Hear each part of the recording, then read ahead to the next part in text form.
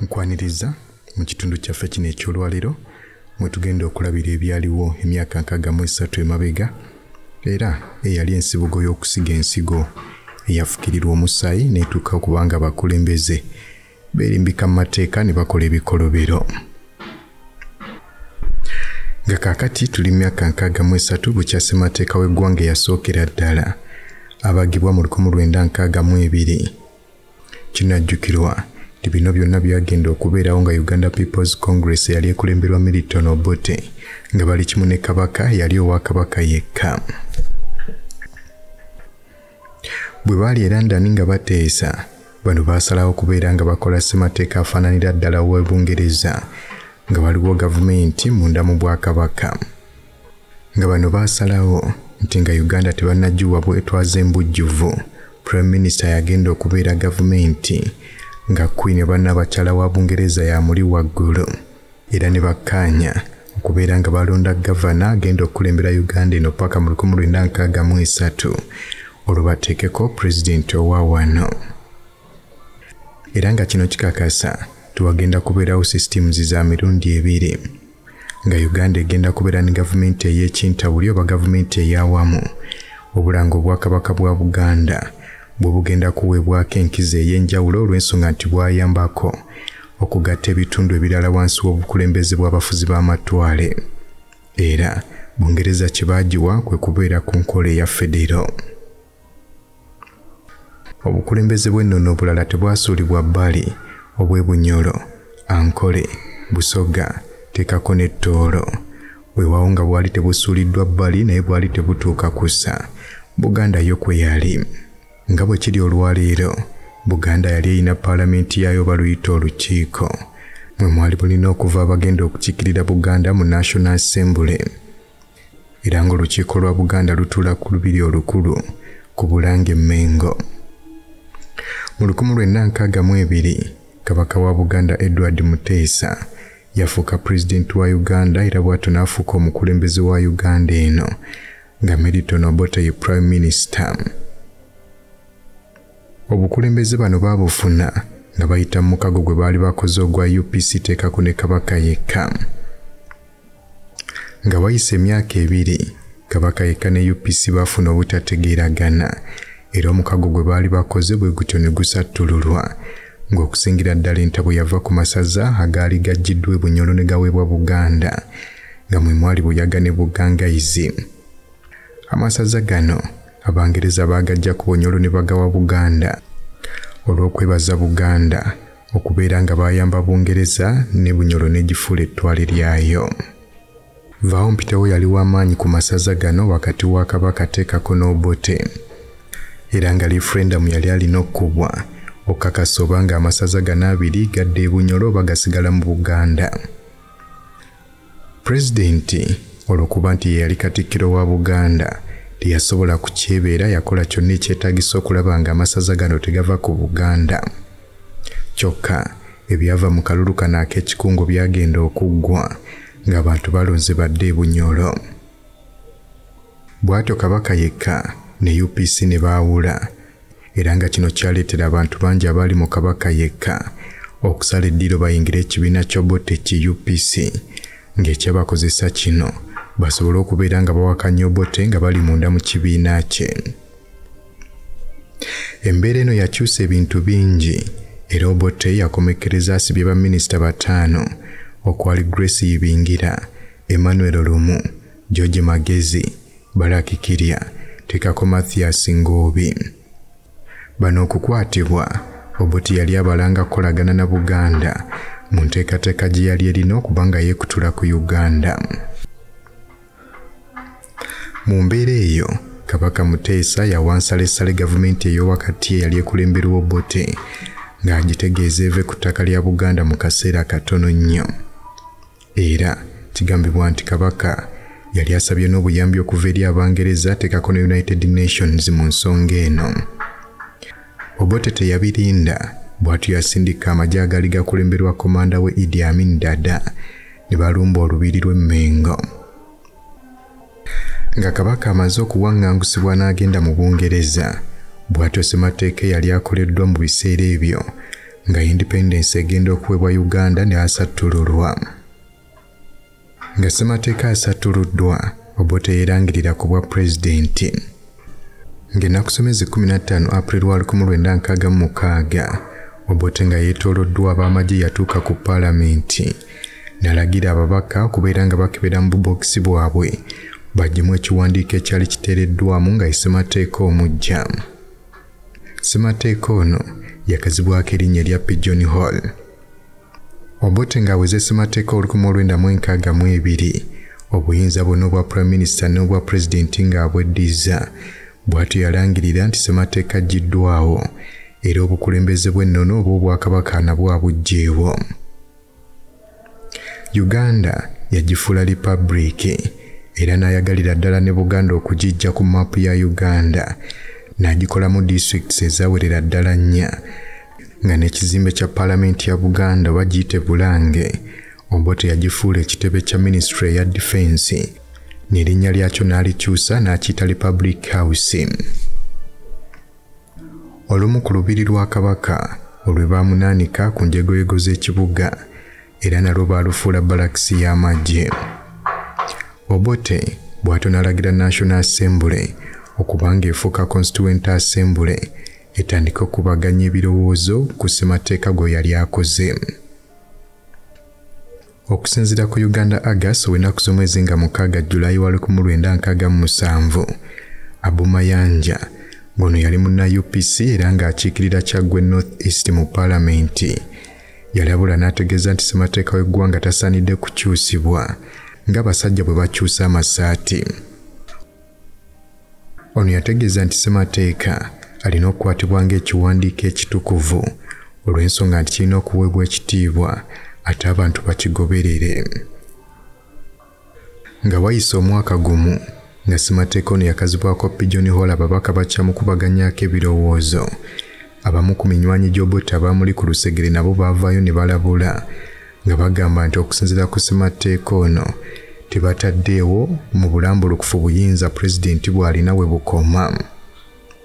Adoko Nechon yali alina oluganda ku Obote ate era nga naye munnakibiina kye UPC nga yali mubaka wa paalamenti ng'akiikirira abantu beerango, yategeeza mu Juni 1967 nti essira oba obuyinza buweereddwa omuntu omu mu ssemateeka ono kyokka ne batalambika bulungi buyinza buno era nti kino kya bulabe nnyo kiyinza okuvaamu akabenje.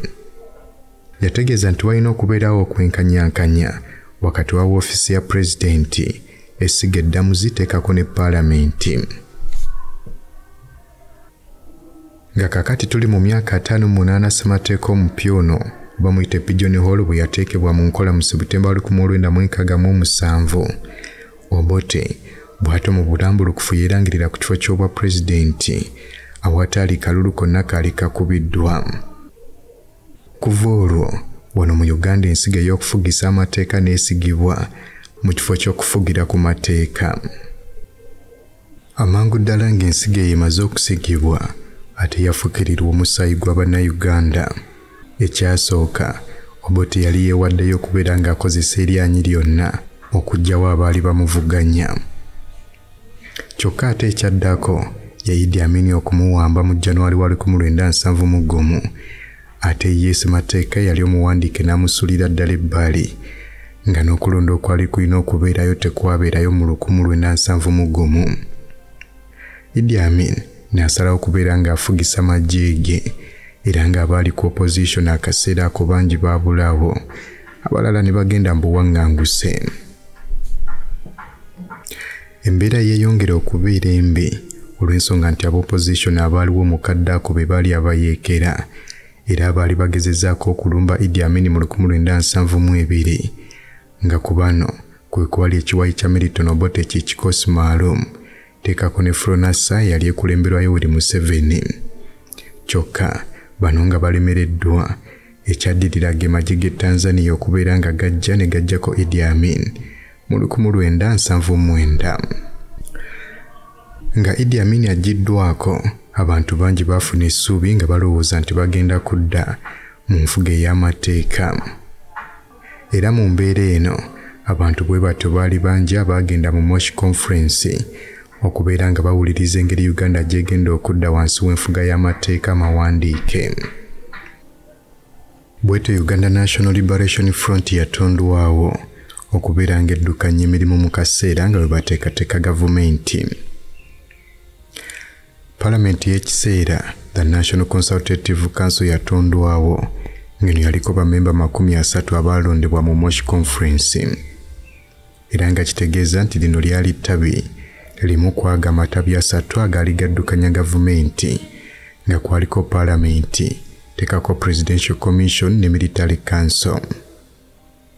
Kyokka yadde ng'ebyo byakolebwa, kigambibwa nti amaanyi agaali gasinga obungi gaali mu Military Council, nga kino kyeyoleka bwe bajjako Yusufu Lule ne Godfrey Binaisa ku bwa pulezidenti. Akaluko 1980 bwe kaategekebwa, Obote yasobola okukawangula n'addamu n'afuuka pulezidenti.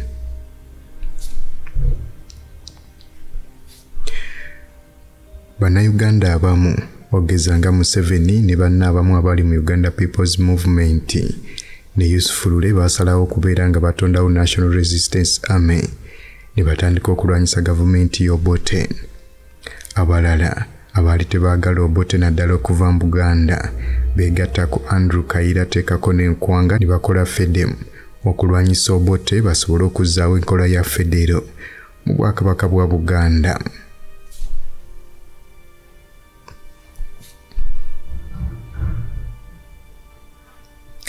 Obote ebintu tebyamutambulira bulungi olw'ensonga nti naye amagye gaasobola okumuwamba mu Julayi 1985 bw'atyo Tito Okello Lutwa n'afuuka pulezidenti.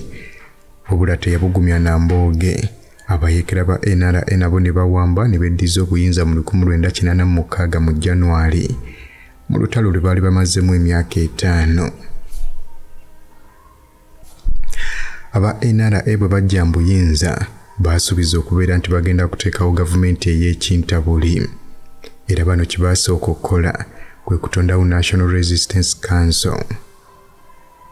Mu kusooka kuno kwaliko ba historical members 38 era bw'etyo n'efuuka Parliament ya Uganda ey'okutaano.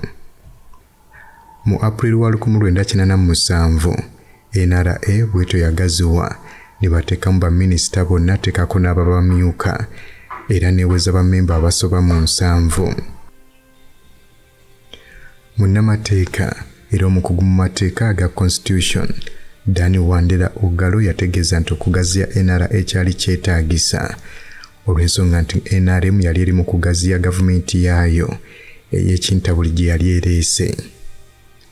Ensonga endala y'eyokuba nti ba senior ministers be yali egenda okuteekamu yali egenda kubalonda okuva wabweru w'ekibiina kya NRM.